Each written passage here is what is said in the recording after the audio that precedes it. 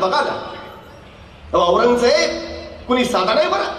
आशिया खंडातलं सगळ्यात मोठं साम्राज्य म्हणजे औरंगजेबाचं, आणि आशिया खंडातलं सगळ्यात छोटे राज्य म्हणजे माझ्या शिवरायांचं. काबूल पासून कंधार पर्यंत आणि गंगेपासून यमुनेपर्यंत ज्याच्या राज्याचा विस्तार असं औरंगजेबाचं बलाढ्य साम्राज्य, तर अवघ्या 6.5 जिल्ह्यापुरतं पसरलेलं माझ्या शिवरायांचं स्वराज्य. औरंगजेबाच्या नुसत्या सरदारांची संख्या 14,500 आणि एका सरदाराच्या हाताखाली 50,000ची फौज म्हणजे 14,500 गुणिले 50,000 एवढा औरंगजेबाचं लष्करी सामर्थ्य.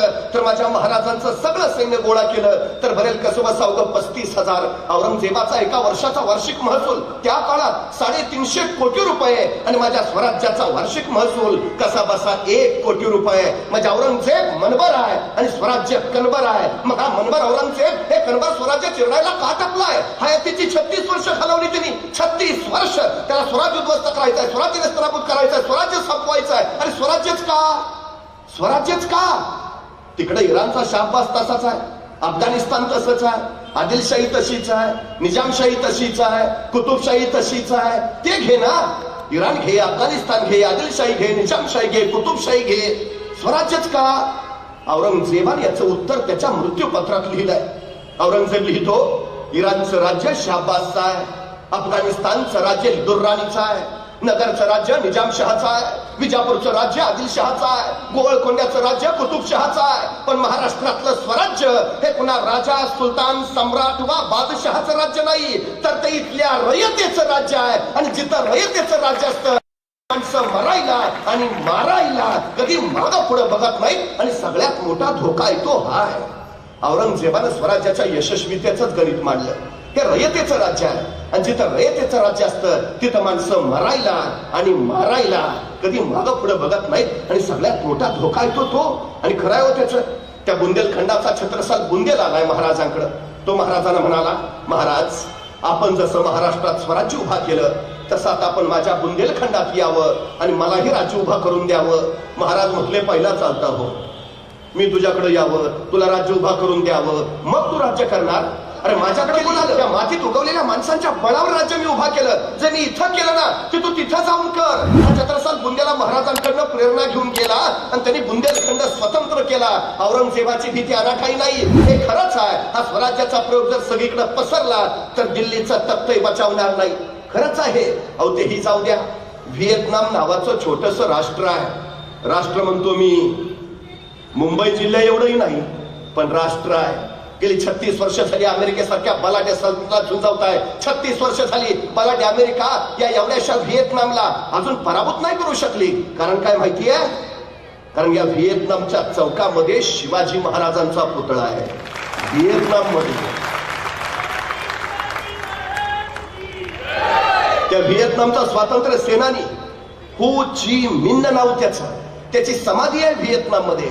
त्याच्या समाधीवर काय लिहिलंय माहितीये? त्याच्या समाधीवर लिहिलंय, छत्रपती शिवाजी महाराजांचा मावळा येथे चिरविश्रांती घेतो आहे. व्हिएतनाम मध्ये. अहो तेही जाऊ द्या.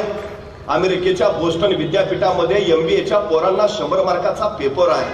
शिवाजी दी मॅनेजमेंट गुरु अमेरिकेत. तेही जाऊ द्या. पाकिस्तानच्या पाठ्यपुस्तकात शिवाजी महाराजांवर धडा आहे, आदर्श राजा असा असावा. पाकिस्तानात जगातली 110 राष्ट्र शिवाजी महाराजांच्या गुरिल्ला युद्ध तंत्राचा अभ्यास आपल्या अभ्यासक्रमात करतायत. मला प्रश्न पडतो, सगळं जग शिवाजी महाराजांचा अभ्यास करतंय. माझ्या देशातल्या माझ्या पोरांच्या पाठ्यपुस्तकात शिवाजी महाराज किती आहेत? किती आहेत शिवाजी महाराज? एखाद्या मुलाला विचारा, वारे किती आहेत शिवाजी महाराज? तो 4 मार्काला आहे.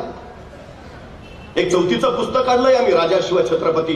विषय संपल्यानंतर आता CBSE पॅटर्नचं इतिहासाचं पुस्तक आलंय. 1700 पानाचं पुस्तक आहे. त्या 1700 पानामध्ये शिवाजी महाराज किती आहेत माहितीये? 4 ओळी फक्त.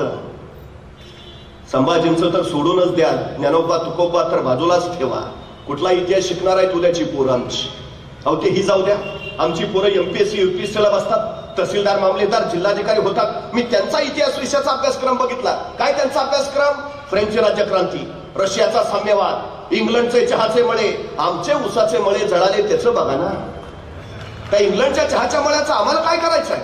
माझा तहसीलदार काम करायला कुठं जाणार? पुणे जिल्ह्यात. त्याला तिथला इतिहास कळू द्या, तिथला भूगोल कळू द्या, तिथली परिस्थिती कळू द्या. AC रूम मध्ये बसून आणि बिस्लेरीतलं पाणी पिऊन नाही करता येत, हे कधी कळणार आम्हाला?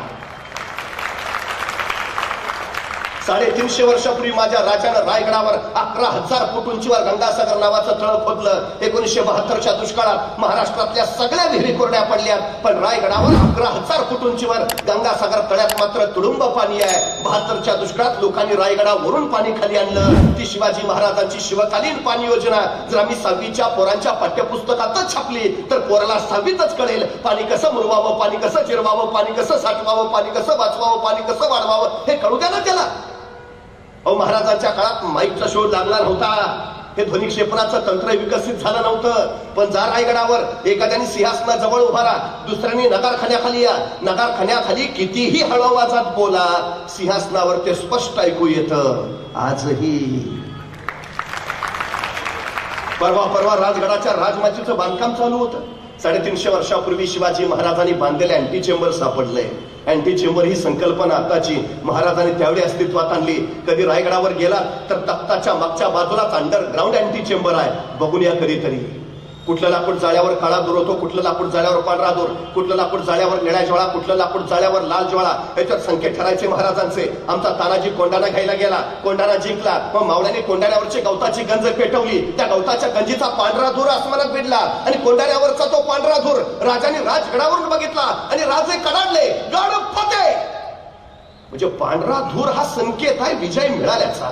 एखादी अशुभ बातमी असेल, रायगडावर काळा दूर केला जायचा, रायगडाचा काळा दूर तोरण्यावर दिसायचा, मग तोरण्यावर काळा दूर, तोरण्याचा काळा दूर राजगडावर दिसायचा, मग राजगडावर काळा दूर, राजगडाचा काळा दूर प्रतापगडावर दिसायचा, मग प्रतापगडावर काळा दूर, प्रतापगडाचा काळा दूर पाटणच्या दातेगडावर दिसायचा, मग दातेगडावर काळा दूर, दातेगडाचा काळा दूर प्रचितगडावर दिसायचा, मग प्रचितगडावर काळा दूर, प्रचितगडाचा काळा दूर कोल्हापूरच्या पन्हाळ्यावर दिसायचा, मग पन्हाळ्यावर काळा दूर, पन्हाळ्यावरचा काळा दूर सामनगडावर दिसायचा, मग सामनगडावर काळा दूर, सामनगडाचा काळा दूर रांगण्यावर दिसायचा, मग रांगण्यावर काळा दूर, रांगण्याचा काळा दूर पद्मदुर्गावर दिसायचा, मग पद्मदुर्गावर काळा दूर, पद्मदुर्गाचा काळा दूर सुवर्णदुर्गावर दिसायचा, मग सुवर्णदुर्गावर काळा दूर, सुवर्णदुर्गाचा काळा दूर सिंधुदुर्गावर दिसायचा, मग सिंधुदुर्गावर काळा दूर. महाराष्ट्रातल्या 360 किल्ल्यावर 1 तासाच्या आत मेसेज पोहोचायचा.